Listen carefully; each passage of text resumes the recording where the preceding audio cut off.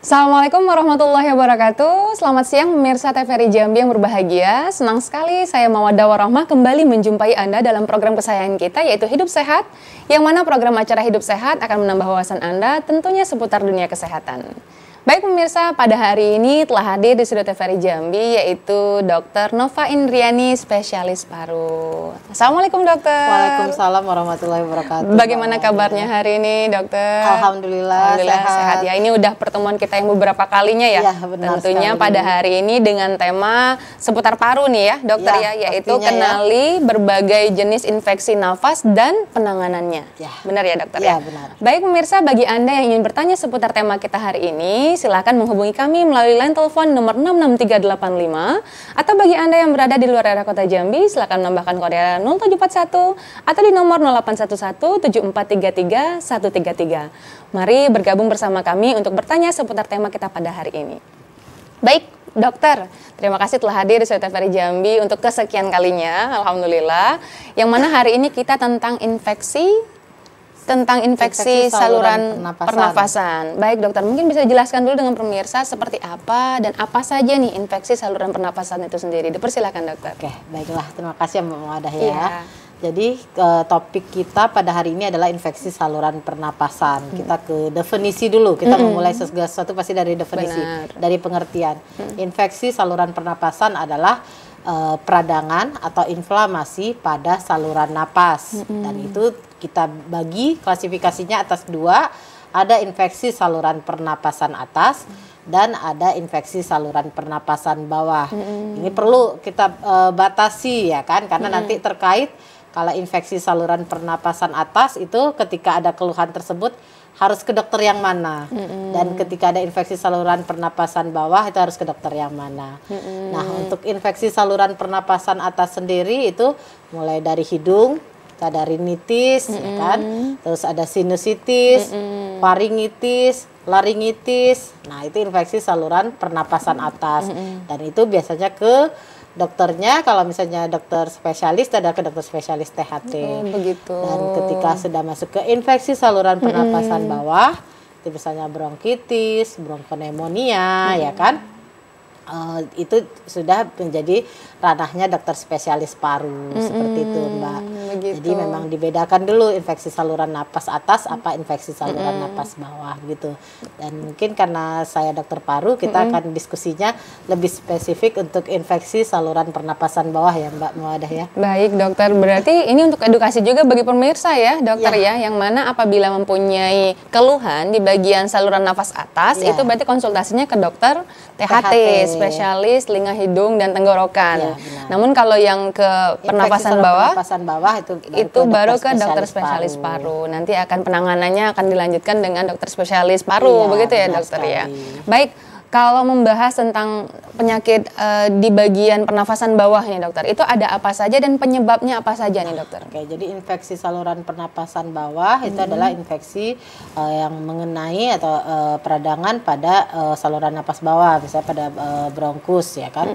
Nah, itu penyebabnya, dari penyebabnya dulu bisa virus, bakteri, bisa jamur, bisa parasit. Ya, jadi kalau misalnya nanti etiologi ini atau penyebabnya ini nantinya akan menentukan tata laksana yang akan diberikan kepada pasien, karena kita memberikan obat atau terapi itu berdasarkan penyebab. Ya, jadi tidak sama untuk semua kasus walaupun infeksi saluran napas bawah, tapi kalau etiologinya virus sama etiologinya bakteri tentu saja berbeda tata laksananya. Lanjutan dan tata laksananya berbeda begitu dokter ya. Nah, contohnya untuk yang jamur sendiri nih dokter, itu seperti apa penyakit yang dimunculkan oleh infeksi saluran pernafasan yang disebabkan oleh jamur tadi? Ya, jadi kalau infeksi jamur itu biasanya disebabkan oleh berbagai macam jenis jamur ya, banyak sekali jenis jamur. Nanti pembagiannya akan ada lebih detail lagi. Cuma di sini mungkin kita akan memberikan gambaran umum tentang infeksi jamur. Jadi infeksi jamur itu kalau ditanyakan keluhan, sebenarnya untuk infeksi saluran napas, keluhan pasien itu pastinya datang akan dengan 3 gejala ya kan. Itu ada keluhan sesak napas, batuk, batuk darah, nyeri dada. Itu merupakan 4 keluhan utama respirasi kita sebutnya. 4 keluhan utama saluran nafas. Nah, pada infeksi jamur itu yang paling sering adalah pasien datang dengan keluhan batuk darah. Nah, seringnya itu ya kan, batuk lama yang tidak sembuh-sembuh, kemudian kadang disertai batuk darah. Nah, nanti untuk tahu apakah itu jamur atau penyebab lainnya, karena batuk darah ini nggak cuma jamur ya penyebabnya. Karena bisa juga seperti TB juga kan infeksi TB itu juga disebabkan oleh menimbulkan keluhan batuk darah pada pasien. Nah, untuk mengetahui penyebabnya nanti akan ada rangkaian-rangkaian pemeriksaan. Jadi kalau untuk menegakkan diagnosis jamur ya kita cekkan namanya kultur jamur. Jadi dari sampel dahak pasien tersebut bisa kita tentukan. Kalau TB ya kita cekkan tes dahak, namanya tes dahak TCM ya, tes cepat molekuler TB. Nanti kalau hasilnya positif berarti ya positif TB. Kalau misalnya kita curiganya ke arah jamur, nanti ya kita obatin dengan obat anti jamur seperti itu. Dan di sini juga kita membutuhkan ronsen atau radiologis dari dada ya, ronsen toraks. Itu nanti dari kalau infeksi jamur memiliki gambaran yang spesifik. Jadi ada nanti dari gambaran ronsen itu dokter melihatnya pasti udah lebih spesifik. Ini ke arah apa, jamur atau bakteri atau virus ya kan? Itu dari gambaran ronsen sangat membantu biasanya. Jadi nggak mengambang begitu saja kalau dokter melihat satu penyakit. Pasti dari keluhan pasien, dari pemeriksaan fisik dikonfirmasi, dari pemeriksaan penunjang, laboratorium darah, dahak ya kalau untuk permasalahan saluran nafas, dari dahak, terus kemudian nanti baru radiologisnya ronsen ya kan, barulah nanti kemudian tegak diagnosisnya begitu. Jadi kurang lebih harus ada memang screening awal begitu ya dokter ya. Benar tidak sekali. hanya tahu oh ini penyebabnya jamur dengan terlihat saja tidak nampak ya. Tidak bisa ya kan. Dia bisa langsung. Ya kalau misalnya kecurigaan bisa saja mungkin dari klinis, dari radiologis itu kecurigaan bisa tegak ya. Misalnya ini kita curiga ke arah jamur di paru Bu misalnya. Tapi untuk diagnosis pasti ya kita harus dari kultur jamur tersebut. Baik. Untuk membahas selanjutnya yang penyebab virus nih dokter. Berarti ini kita habis dejavu nih dokter, sebelumnya pernah ada tentang virus COVID-19 ya. Berarti ini juga termasuk di golongan penyakit saluran pernafasan begitu ya dokter ya. Nah, karena kemarin beberapa waktu sedang habis kita mengalami hal itu, berarti dokter sedang banyak pasien ketika itu berarti ya dokter ya. Itu bisa diceritakan dokter untuk ketika yang penyebabnya virus seperti apa, penata laksanaannya seperti itu dokter. Baik, jadi ketika infeksi saluran napas tersebut disebabkan oleh virus, sebenarnya virus ini adalah apapun ininya penyakitnya kalau disebabkan oleh virus itu sebenarnya bersifat self-limiting disease. Artinya apa? Artinya penyakit yang dapat sembuh dengan sendirinya. Itu virus ya kan. Cuma hanya saja dia memerlukan waktu ya kan. Nah, cuma mungkin kita kadang kurang sabar ya kan. Sebenarnya kalau virus dia sembuh sendiri. Seperti COVID kemarin kan obat-obat yang diberikan di awal-awal kan memang hanya terapi simptomatis atau yang terkait keluhan pasien ya kan. Misalnya diberikan obat batuk atau vitamin-vitamin ya kan untuk daya tahan tubuh seperti itu. Karena kalau virus dia sifatnya seharusnya dengan daya tahan tubuh yang baik dia akan bisa sembuh dengan sendirinya. Artinya di situ ya kita minum obat terkait dengan keluhan-keluhan saja, kemudian multivitamin, makan bergizi ya kan, minum yang cukup, terus dengan istirahat cukup. Nah itu kalau virus dia bisa sembuh dengan sendirinya. Tapi bahkan bisa penyebabkan kematian ya dokter ya? Ya itu untuk yang komplikasi ya. Berarti dia menjangkit yang lain, penyakit yang lain begitu ya kan kalau pada seperti misalnya kita flashback lagi ke infeksi COVID dulu, itu kan biasanya yang resiko kematian itu adalah pasien-pasien dengan yang memiliki komorbid atau penyakit penyerta. Iya, penyakit yang penyerta sebelumnya sudah ada mengidap penyakit begitu ya dokter ya. Jadi makanya terjadi komplikasi sampai ke kematian. Baik dokter, menarik sekali pembahasan kita dokter. Mohon izin kita jeda terlebih dahulu ya dokter ya. Baik pemirsa, tetaplah bersama kami akan kembali setelah pariwara berikut ini.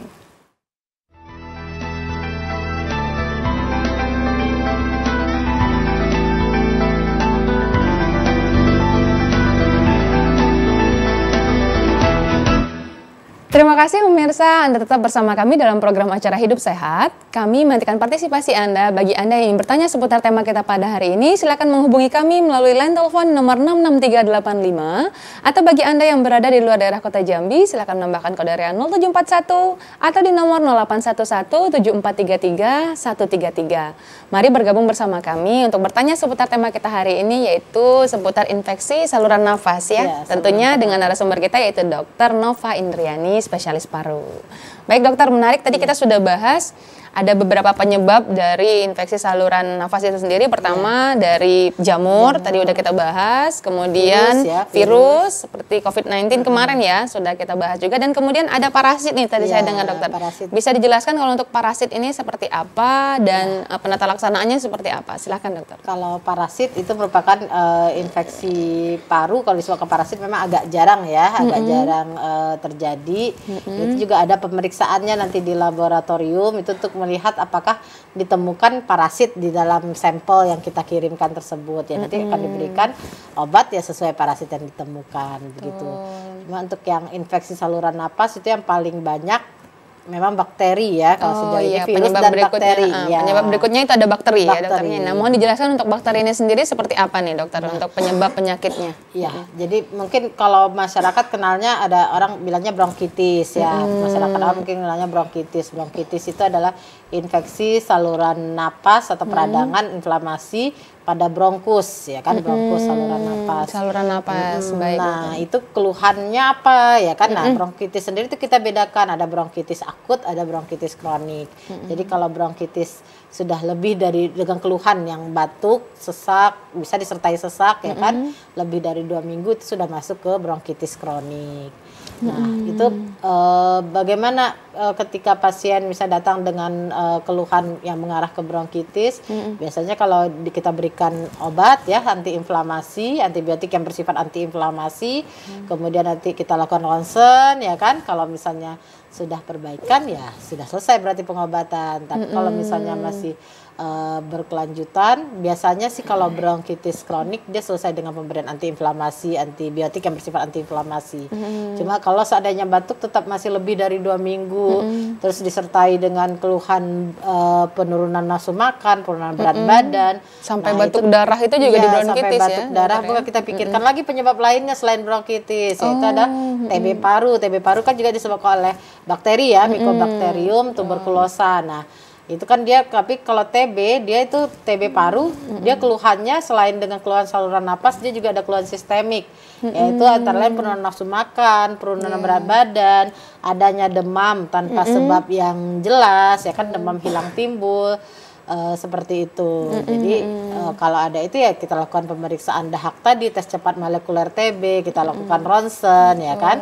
Jadi dari ronsen nanti akan terlihat apakah ini infeksinya disebab ke arah mana kemungkinannya ya. Kalau dari ronsen kan karena dia pemeriksaan penunjang, kita berbicara tentang kemungkinan.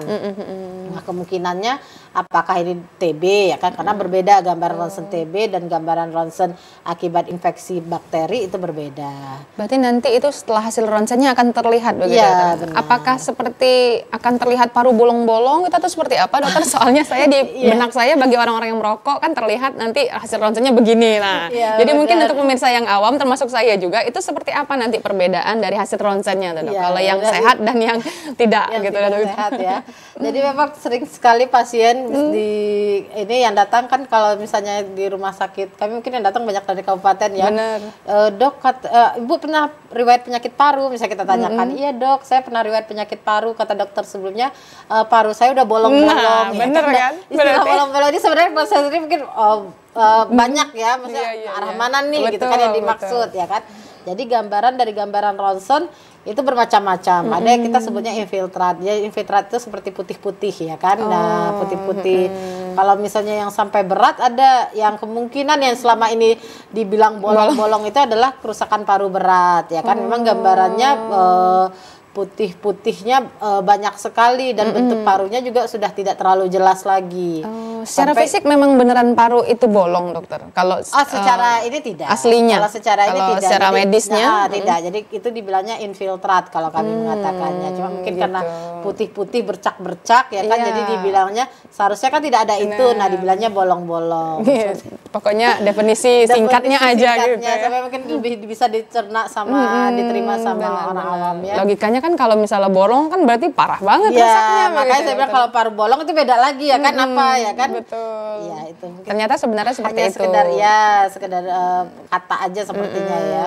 Edukasi singkatnya saja biar lebih paham juga begitu ya dokter ya. Seharusnya itu masih banyak penindaklanjutannya tentang hal tersebut. Nah kemudian lanjut untuk tentang bronkitis tadi dokter ya. Itu kan berarti lebih sampai ujungnya bisa penyebab tumor ya dokter ya? Atau seperti sakit parunya jadi lebih parah atau seperti apa? Jadi begini, kalau misalnya pertanyaannya apakah infeksi ini nanti bisa berkembang menjadi suatu tumor keganasan.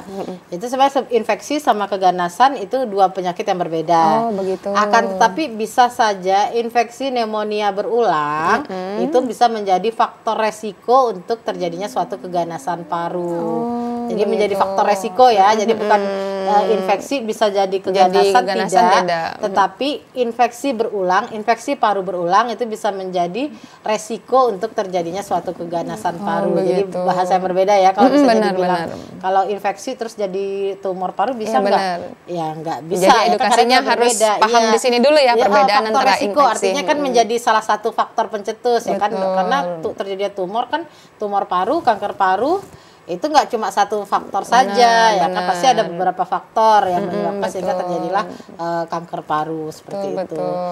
Nah cuma untuk yang bronkitis di sini paling sering itu kan adalah pada pasien yang perokok ya. Pada perokok itu pasti kita tanyakan. Kalau misalnya kita menemukan keluhan yang terkait saluran napas, terus dari gambaran ronsennya ada bronkitis, itu biasanya pasti dokter paru menanyakan. Itu semua pasien paru sih pasti ditanyakan ya kan, apakah ada riwayat merokok ya kan, atau sekarang masih perokok aktif ya kan, atau sudah bekas perokok ya kan. Nah itu pasti ditanyakan karena apa? Karena memang terkait ya kan, merokok itu akan menyebabkan saluran napas daya tahannya menjadi rendah sehingga dia akan rentan terhadap berbagai infeksi, gak cuma bronkitis saja. Jadi banyak yang merokok lain ya? itu benar sekali, merokok itu menjadi faktor resiko juga untuk TB paru ya kan, menjadi faktor resiko untuk berbagai infeksi lah. Jadi karena daya tahan dia kandungan yang di dalamnya itu membuat daya tahan saluran nafas itu menjadi lemah. Begitu. Seperti itu. Jadi makanya kontraindikasinya memang kepada orang yang merokok dulu ya, lebih sering ditemukan. Pasti ditanyakan riwayat perokoknya. Betul sekali dokter. Nah ini kan membahas tentang yang perokok nih dokter ya. Berarti kan dari penyebab rokok itu sendiri kebanyakan kemungkinan akan terkena penyakit saluran nafas gitu kan dokternya. Itu menurut dokter sebaiknya seperti apa nih dok? Saran dari spesialis paru sendiri terkait tentang rokok ini sendiri dokter. Kalau ditanyakan saran dari spesialis paru terkait rokok, tegas ya sarannya, berhenti merokok. Tidak ada kurangi merokok, tidak ada ya kan. Jadi pasti sarannya adalah berhenti merokok karena tidak ada no excuse untuk merokok ya kan. No excuse pemirsa ternyata jadi, gitu. Ya benar-benar sarannya ya harus berhenti merokok karena kalau pasien diberikan opsi, pasti orang namanya manusia ya, diberikan opsi yang lebih ringan pasti akan memilih opsi yang lebih ringan. Jadi kalau misalnya ke pasien ya harus berhenti merokok, ya kan? Terutama spesialis paru sendiri ya, memang sudah tahu seperti apa dampaknya dan pasien-pasien yang ditemui ya dokter ya. Benar sekali. Dan juga tentunya pasti dengan pola hidup sehat, sesuai dengan program kita ini dokter ya. Memang benar sekali bahwa hidup sehat itu sangat penting, benar ya dokter ya? Tentunya benar ya, karena nanti kan terkait pola hidup itu terkait nanti dengan daya tahan tubuh imunitas, ya kan, dan berbagai macam penyakit. Infeksi maupun malignansi, keganasan juga kan itu terkait dengan daya tahan ya kan, daya tahan tubuh, dan itu sangat ditentukan oleh pola hidup tadi. Betul. Nah kemudian selain orang yang perokok nih dokter, faktor indikator yang lebih sering indikasi sering terkenanya penyakit saluran nafas nih siapa lagi nih dokter? Berdasarkan usia berdasarkan jadi usia. Kalau bisa faktor resiko infeksi saluran napas itu usia usia kurang dari 5 tahun balita itu akan meningkatkan risiko terhadap infeksi saluran napas.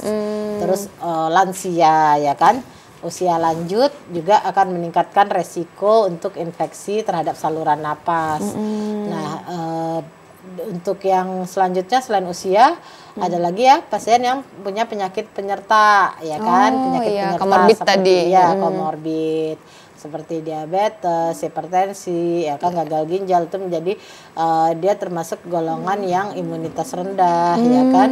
Dan juga seperti pasien HIV juga sistem menjadi, imunnya yang kena ya. pasien tergolong termasuk ke dalam pasien dengan imunitas rendah. Jadi yang pasien-pasien tersebut tentunya akan menjadi peningkatan lah untuk resiko terinfeksi, ya kan. Iya, menarik yang diabetes tadi nih dokter. Berarti kemungkinan besar kalau udah ada penyerta ya, penyakit penyerta istilahnya ya. Berarti rentan sekali terhadap penyakit, baik infeksi, itu saluran pernafasan ataupun yang lain juga, begitu ya dokter ya. Kalau tidak terkontrol ya, makanya ketika punya penyakit kronik, kita istilahnya kan itu penyakit kronik ya, penyakit komorbid, penyakit kronik itu harus beberapa pasti seperti diabetes kan dia tidak dapat disembuhkan, tapi dia bisa dikontrol. Jadi kontrolnya itulah yang harus dirutinkan. Harus dijaga pola hidup sehatnya, begitu ya dokter ya. Penyakit oleh Allah ya kan, kita ya ikhtiarnya ya dengan kontrol rutin tadi ya kan, walaupun saya ini nggak bisa disembuhkan Pak, tapi kan ikhtiar kita bisa dengan yang penting kita kontrol rutin, jadi sehingga penyakit tersebut tidak menimbulkan komplikasi. Itu kan yang dijaga dari maksud kontrol rutin, meminum obat rutin, itu adalah tidak terjadi komplikasi dari penyakit. Nah, kalau terjadi komplikasi begini dokter, yang disembuhkan terlebih dahulu nih atau yang diobati terlebih dahulu nih yang mana? Penyebab utamanya atau yang penyertanya ini dok? Ketika terjadi misalnya nih, untuk ini dulu ya, kita bahas komplikasi dari infeksi saluran napas. Baik. Nah, kenapa infeksi saluran napas itu harus ditata laksana dengan benar supaya tidak terjadi komplikasi tadi, ya kan. Komplikasi dari infeksi saluran napas itu bisa namanya ada emphysema. Emphysema itu apa ya kan, ada nanah, kumpulan nanah misalnya di paru ya kan. Nah, di parunya ada nanah. Nah, terus ada lagi sepsis atau infeksi berat ya kan. Untuk infeksi bakteri yang tidak tertangani biasanya bisa jatuh ke kondisi sepsis. Sepsis itu sudah melibatkan kerusakan dari organ-organ penting lainnya, nggak cuma paru aja jadinya, jadi bisa ke otak ya kan, ginjal. Berarti bisa ya merambah kemana-mana dokter ya. Makanya harus benar-benar ditangani dengan tepat. Baik dokter, sebelum dijelaskan lebih lanjut kita izin jeda iklan terlebih dahulu dokter ya. Baik pemirsa, tetaplah bersama kami akan kembali setelah pariwara berikut ini.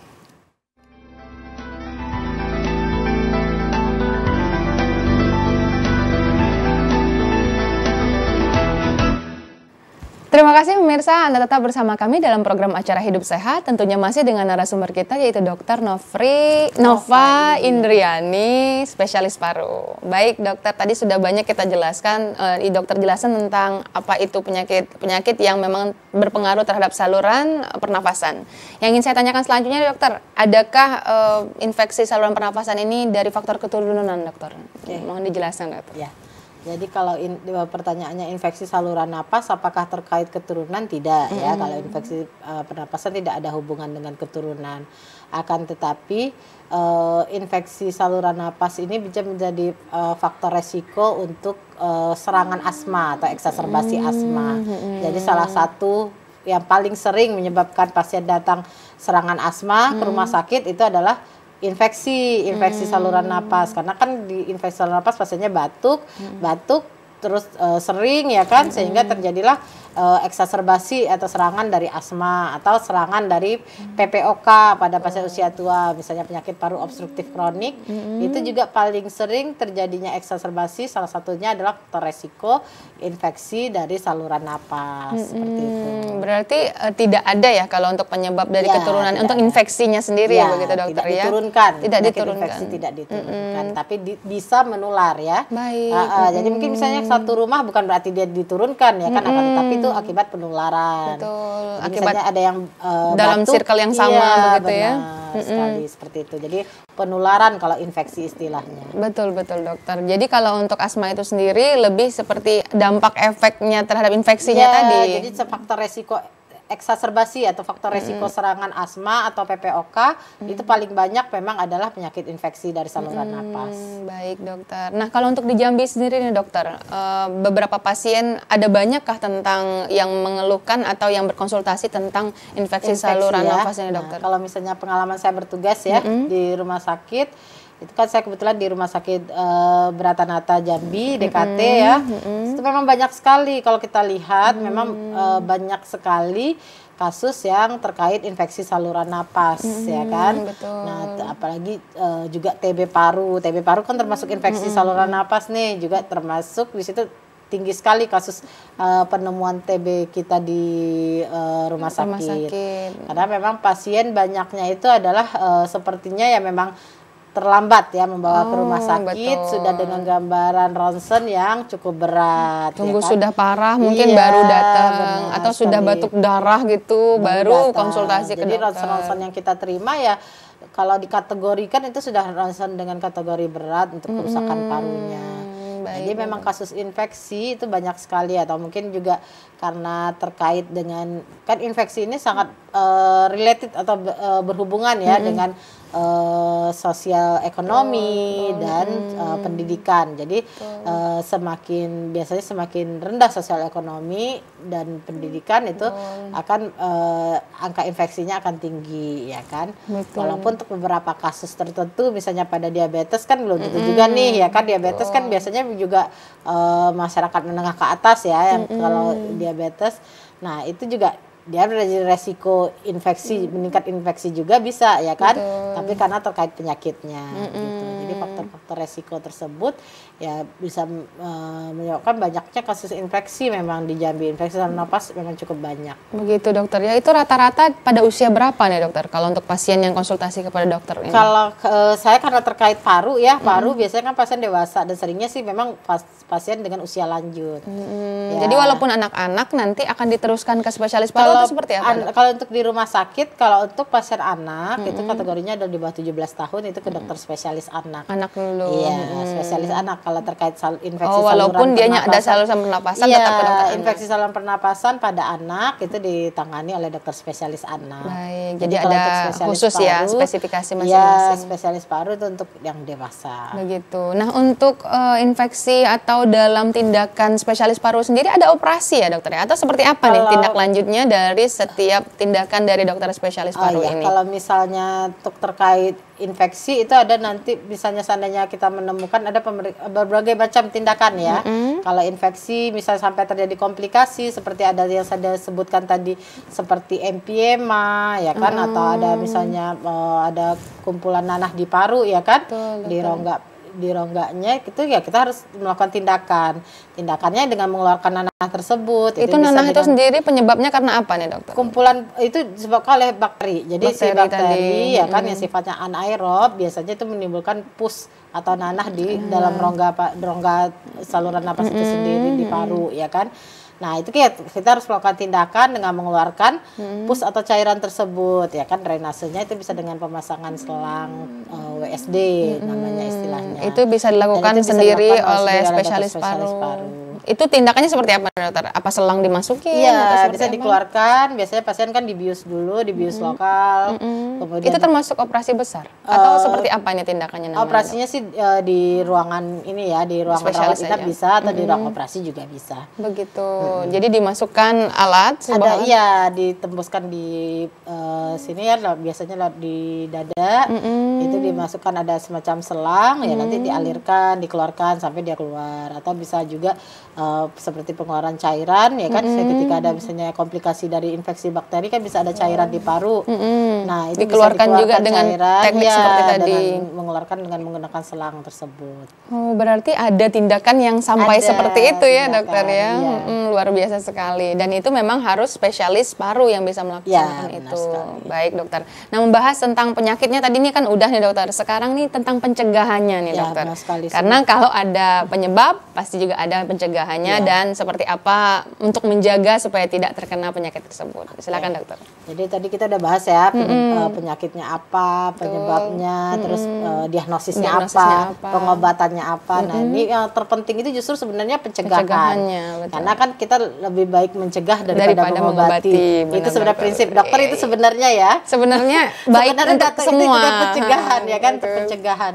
Karena dari untuk infeksi saluran napas, poin pencegahannya yang pertama itu dengan menjaga kebersihan ya. Menjaga kebersihan itu dengan apa? Dengan cuci tangan. Karena cuci tangan itu sangat penting sekali ya kan, karena sumber dari penularan infeksi ya kan, untuk mengurangi resiko infeksi, penularan infeksi itu dengan cuci tangan. Iya, saya ingat ketika COVID pun juga selalu dijaga cuma tenaga medis ya, seharusnya itu dilanjutkan sampai sekarang, nggak cuma pas COVID saja. Aja, benar. Jadi cuci tangan dengan air mengalir atau dengan hand sanitizer ya gitu kan. Terus kemudian infeksi ini kan dia menular dari benda-benda yang bersentuhan dengan pasien yang terinfeksi ya. Betul. Jadi permukaan-permukaan seperti handphone atau misalnya komputer di kantor itu ya dibersihkan, desinfektan, dekontaminan. Jadi dibersihkan permukaan-permukaan tersebut untuk mengurangi resiko penularan infeksi. Ya, padahal seperti handphone atau komputer itu sama sekali nggak kepikiran ya dokter ya. Kayaknya sering kita gunakan, sering kita pakai gitu ya. Harusnya itu yang paling dijaga kebersihannya ya. Dibersihkan ya kan, karena kan dia bisa menjadi penularan ya, sumber penularan ketika misalnya orang tersebut batuk atau dia menyentuh tangannya menutup mulutnya, kemudian megang handphone ya kan, handphone dipegang orang lain, itu kan menjadi penularan berantai dari infeksi.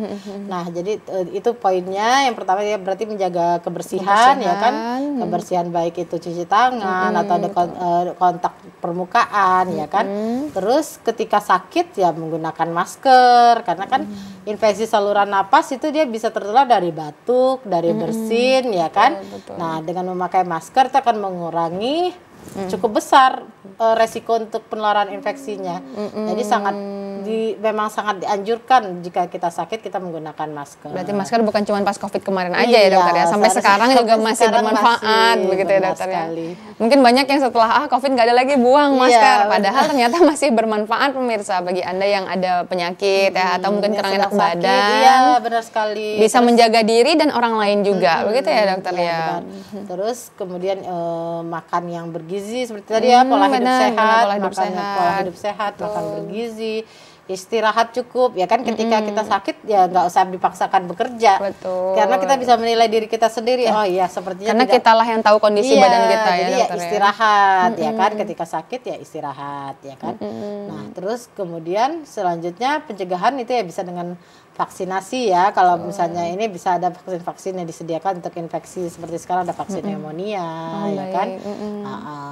Jadi seperti itu ya dokter ya. Berarti tidak hanya menjaga kebersihan saja, tapi tetap pola hidup sehat juga, tetap olahraga ya dokter ya, tetap juga dijaga begitu ya dokter ya. Nah kalau untuk infeksi saluran pernapasan sendiri ada nggak pengaruh dari makanan dokter? Maksudnya gara-gara makan ini tiba-tiba bakalan jadi ada infeksi gitu, atau kebanyakan makan pedas mungkin? Nah mungkin bisa diedukasi pemirsa dokter. Saluran napas sebenarnya tidak ada pantangan makan ya, pantangan makan yang khusus. Artinya apa?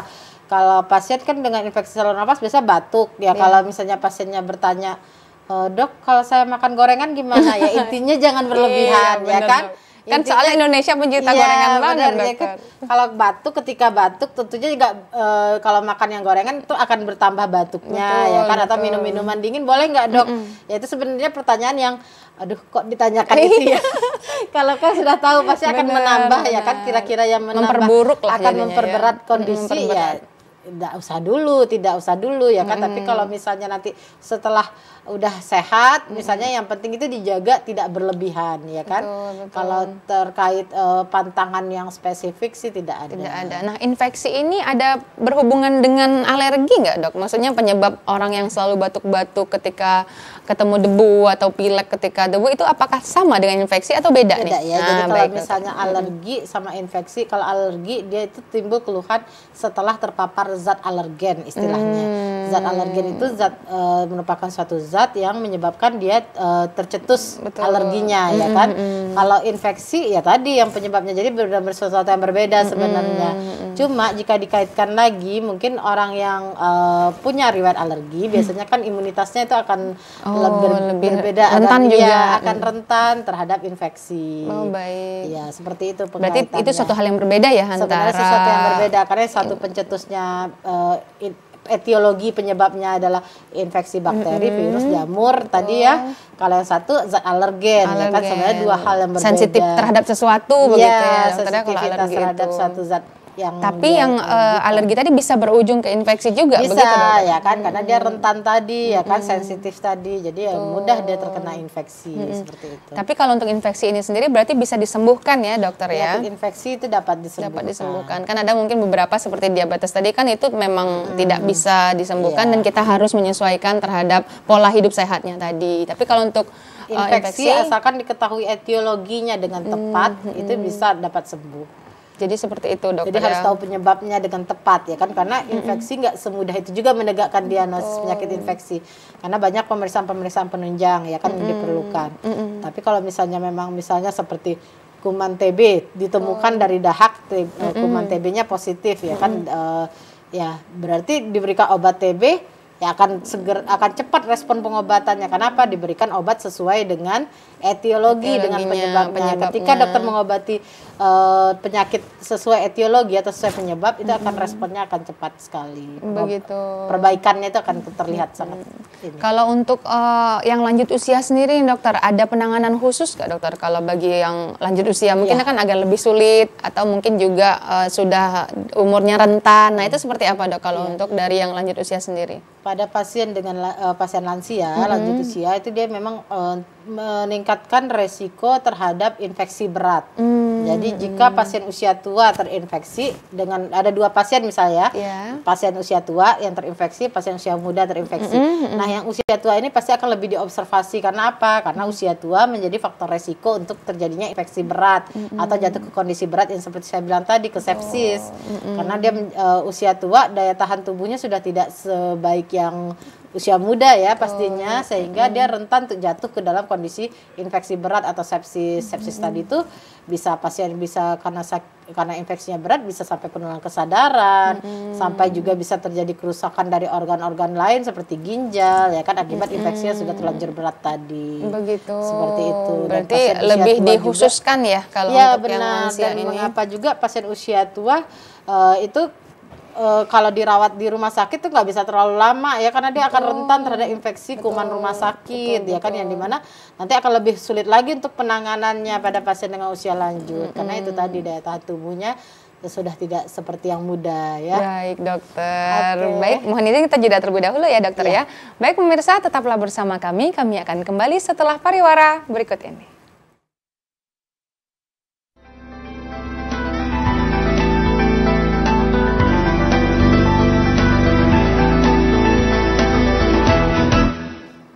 Terima kasih pemirsa, Anda tetap bersama kami dalam program acara Hidup Sehat, tentunya masih dengan tema seputar infeksi saluran nafas. Baik dokter, tadi kita sudah banyak membahas seputar tentang edukasi yang mana seperti apa saja jenis-jenis penyakit infeksi saluran nafas. Nah sekarang ingin saya tanyakan nih dok, ada mitos mungkin dokter tentang penyakit. Ada yang dibilang penyakit TBC itu ya dokternya, itu penyebabnya ada penyakit kutukan atau apalah seperti itu, karena sangat parah sekali dokter, sehingga pengobatannya pun juga istilah dari orang awam tuh obatnya sampai menahun, padahal bulanan ya dokter. Nah mungkin bisa dijelasin dokter seperti apa nih mitos yang disampaikan sering di pikiran para awam itu sebenarnya tidak atau seperti apa dokter? Mohon dijelaskan dokter.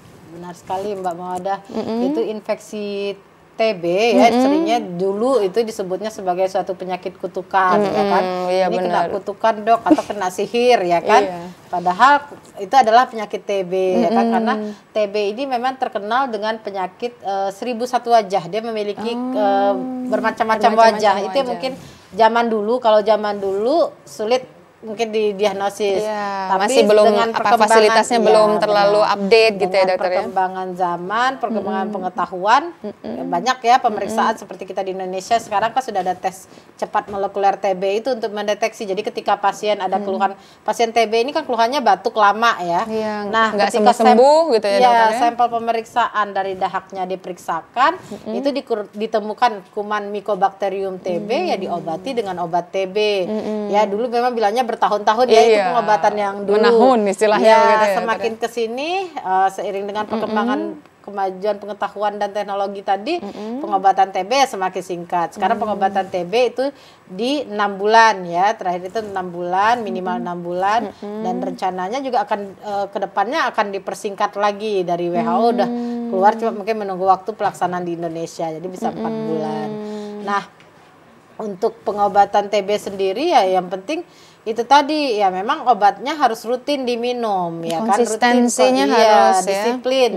Jadi makanya nggak boleh lupa. Bahkan kadang dokter tuh mengingatkan, Pak, kalau bangun tidur nanti jam 6 misalnya diminum obatnya ya. Jadi biar Bapak nggak lupa ya, jamnya jam segitu terus ya kan. Itu tujuannya adalah untuk menjaga konsistensi tadi ya kan, supaya pasien tidak lupa minum obat. Karena memang kuncinya pengobatan TB ya kan adalah minum obat teratur ya kan. Jadi minum obat teratur, dia penyakit diklaimnya TB itu ada penyakit yang dapat disembuhkan karena ada obatnya. Oh, begitu. Jadi memang ya kalau untuk sekarang ya masih minimal 6 bulan tersebut ya kan pengobatannya, seperti itu. Jadi memang benar ya dok, kalau obatnya nggak boleh putus, kalau lupa ngulang lagi dari awal. Nah ini kan pemikiran orang awam ini apa benar atau seperti apa, bisa diluruskan begitu dokter untuk penyakit ini? Pengobatan TB itu memang tidak boleh putus ya, tidak boleh putus selama jangka waktu yang ditentukan oleh dokter tersebut. Jadi misalnya mungkin dokter menilai misalnya pemberian obat 6 bulan atau pemberian obat 9 bulan. Nah, selama jangka waktu itu tidak boleh putus. Karena kalau putus kita namakan TB putus obat ya kan. Nah, nanti ketika putus obat itu memang bilangnya nanti ngulang lagi pengobatan dari itu awal benar, dokter, ya kan. Iya, itu benar sekali. Jadi memang harus diulang lagi dari awal. Bahkan tapi kalau misalnya jangan sampai juga pasien jadi kebiasaan ya. Jadinya karena udah putus obat ya udah minta lagi diulang lagi dari awal, terus berapa bulan minum putus lagi, terus berobat lagi ya kan, nggak seperti itu ya kan. Kalau gitu, putus obat itu meningkatkan terjadinya menjadi TB resistensi obat. Dia udah kebal jadinya ya sama benar obatnya. Sekali. Jadi sudah tidak bisa lagi diobatin dengan yang obat yang biasa. Jadi TB itu ada yang TB yang sensitif obat, ada TB resisten obat. Nah, kalau putus obat akan meningkatkan resiko untuk terjadinya infeksi TB resisten obat. Karena dia udah kebal ya, udah tahu obatnya itu lagi gitu. Jadi sudah resisten nggak dia ya terhadap obat yang diberikan putus nyambung Iya tadi begitu. Itu. Jadi nggak bisa. Gitu. Apapun itu sebenarnya kalau berobat tuh nggak boleh putus ya dokter ya. Iya, ketika ada keluhan, karena kan memang pengobatan TB ini uniknya dia banyak keluhan efek samping ya, karena pasien itu ngeluh tapi itu hanya di awal sebenarnya, kayak mual ya kan, atau misalnya nggak nyaman ya kan, itu di awal pengobatan saja. Biasanya kalau udah lebih dari 1 bulan tubuh udah mulai bertoleransi. Betul. Atau sering sekali mungkin gini dokter, pasien tuh udah ngerasa enakan nih, udah merasa prima, nggak lagi lanjut berobat. Nah itu nggak boleh sebenarnya dokter ya. Tidak boleh. Jadi yang menentukan pengobatan selesai itu adalah dokter.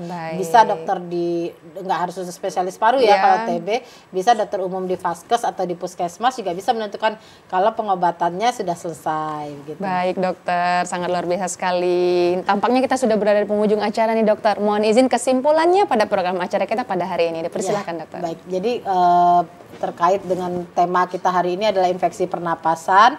Jadi ketika menemukan gejala yang terkait infeksi pernapasan, yaitu untuk tata laksana awal, mungkin bisa membeli obat yang terkait keluhan ya, terkait keluhan seperti misalnya ada batuk, beli obat batuk dulu. Tapi jika tidak ada perbaikan dalam 3 hari, segera berkonsultasi ke dokter. Agar apa? Agar tahu penyebab dari infeksi saluran pernapasan itu apa, dilakukan pemeriksaan lanjutan dan mendapatkan obat yang sesuai dengan penyebabnya, penyebab dari infeksi. Karena tadi saya jelaskan infeksi saluran pernapasan itu sangat banyak sekali, dan ketika kita tidak mengobati, tidak berdasarkan etiologi atau penyebab, itu yang menyebabkan penyakit tersebut lama sembuh atau tidak sembuh. Seperti itu. Baik dokter, terima kasih. Jadi untuk pemirsa yang mempunyai gejala atau mempunyai keluhan apapun itu lebih baik langsung diobati ya dokter. Lebih baik langsung konsultasi. Seperti saran dokter tadi, kalau memang masih awal atau ringan boleh dikonsumsi obat yang terkait sementara dulu. keluhan, ya kan? Tapi kalau apabila tidak juga ada terjadi perbaikan, maka wajib sekali konsultasi kepada dokter. Jadi jangan tunggu parah dulu begitu ya dokter ya. Benar, jangan tunggu karena parah pengalaman dulu. Dokternya nih, kalau banyak pasien yang datang ke dokter setelah dengan keluhan berat ya kan, dengan kondisi berat. Jadi semoga pemirsa dengan edukasi ini bisa menambah wawasannya ya dokter ya, terutama tentang sekitar penyakit spesialis di paru ya dokter ya. Mbak. Baik dokter, terima kasih atas kehadirannya hari ini, yaitu Dokter Nova Indriani, spesialis paru. Baik pemirsa, demikianlah program acara Hidup Sehat pada hari ini. Semoga bermanfaat untuk Anda. Terima kasih. Assalamualaikum warahmatullahi wabarakatuh.